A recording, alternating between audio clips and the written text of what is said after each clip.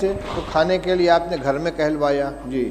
فبعث إلى نسائه فقلن ما معنا إلا الماء نو گھر تھے، نو گھر کے اندر سوائے پانی کے کچھ نہیں تھا. جی. فقال رسول الله صلی اللہ علیہ وسلم من يضم أو يضيف هذا. ایک بات درمیان میں عرض کر دوں،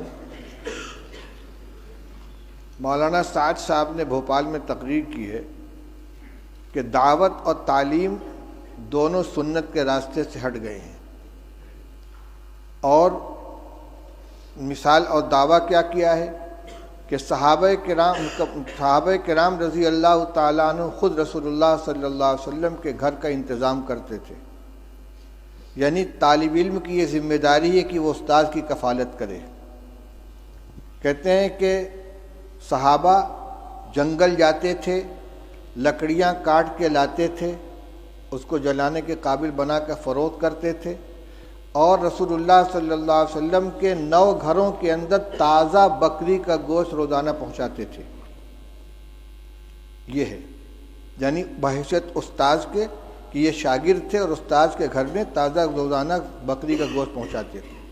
اور ہم جو روایت پڑھ رہے ہیں اس میں کیا مل رہا ہے؟ اس میں یہ حضرت عائشہ رضی اللہ عنہ فرماتی ہیں کہ ایک چاند نکلتا تھا، دوسرا چاند نکلتا تھا، اور تیسرا چاند نکلتا تھا، اور رسول اللہ صلی اللہ علیہ وسلم گھروں میں آگ نہیں جلتی تھی.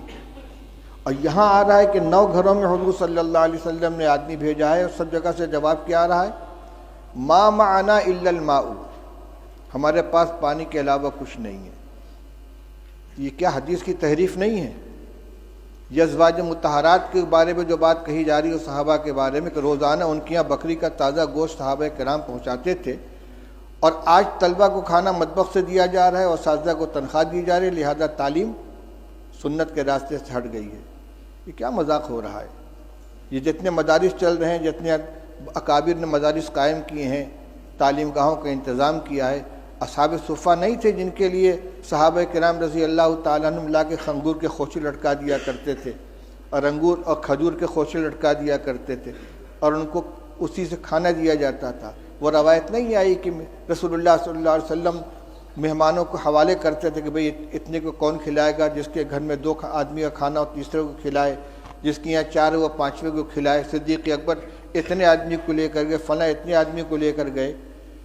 اور حضور صلی اللہ علیہ وسلم کے ساتھ جو تعلق تھا صحابہ کرام کا، وہ صرف استادی و شاگردی کا تھا کہ اس کو اور صحابہ کرام رضی اللہ تعالیٰ عنہ خود پیٹ پر پتھر باندھتے تھے، رسول اللہ صلی اللہ علیہ وسلم بھی پیٹ پر پتھر باندھتے تھے، 2 باندھتے تھے. لہذا یہ کبھی اتفاق سے کوئی جزیہ پیش آ جائے اس کو دائمی معمول بنا کر پیش کرنا، یہ جو تحریف ہے کہ سنت کے راستے سے مدارس ہٹ گئے ہیں. نہ دعوت سنت کے راستے پر بچی، نہ تعلیم سنت کے راستے پر بچی ہے.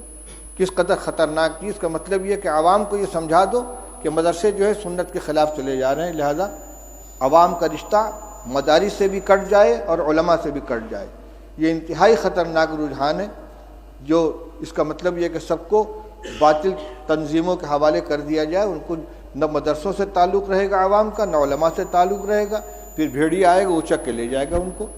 اس پہ مجھے یہ یاد آیا کہ صحابہ حضور صلی اللہ علیہ وسلم نے ایک مہمان کے لیے گھروں کے اندر کہلوایا ہے، تو سب جگہ سے یہی شکایت آ رہی ہے. حضرت انس رضی اللہ تعالیٰ عنہ کی روایت پڑھ چکے ہو کہ بدبودار جس میں مہک پیدا ہو گئی تھی، ایسی چربی لے کر حضور کی خدمت میں پہنچے ہدیہ کے طور پر، اور کہتے ہیں کہ رسول اللہ صلی اللہ علیہ وسلم کی 9 ازواج مطہرات تھیں اور کسی گھر میں کھانے کو نہیں رہتا تھا. آپ نے وفات کے وقت 30 سا جو یہودی سے ادھار لیا ہے، اپنی ذرا اس کے پاس آپ نے رکھی ہے. کس زمانے میں یہ گوشت دیا جاتا تھا بھائی کہ وفات کے وقت حضرت عائشہ حضرت رسول کریم صلی اللہ علیہ وسلم مقروض تھے یہودی کے، اور غلہ تھا. حضرت عائشہ رضی اللہ عنہ کی روایت پڑھ چکے ہو کہ آدھا وسق جو تھا میرے پاس، رف پہ رکھا ہوا تھا، اس میں سے میں کھایا کرتی تھی. ایک دفعہ تول دیا تو سب ختم ہو گیا. یہ جو کو کھایا جا رہا ہے پکا پکا کے، اور یہ تازہ گوشت روزانہ پہنچا رہے ہیں. افسوس ہوتا ہے اس طرح کی حرکتوں کے اوپر. چلو پڑھو روایت. فقال رجل من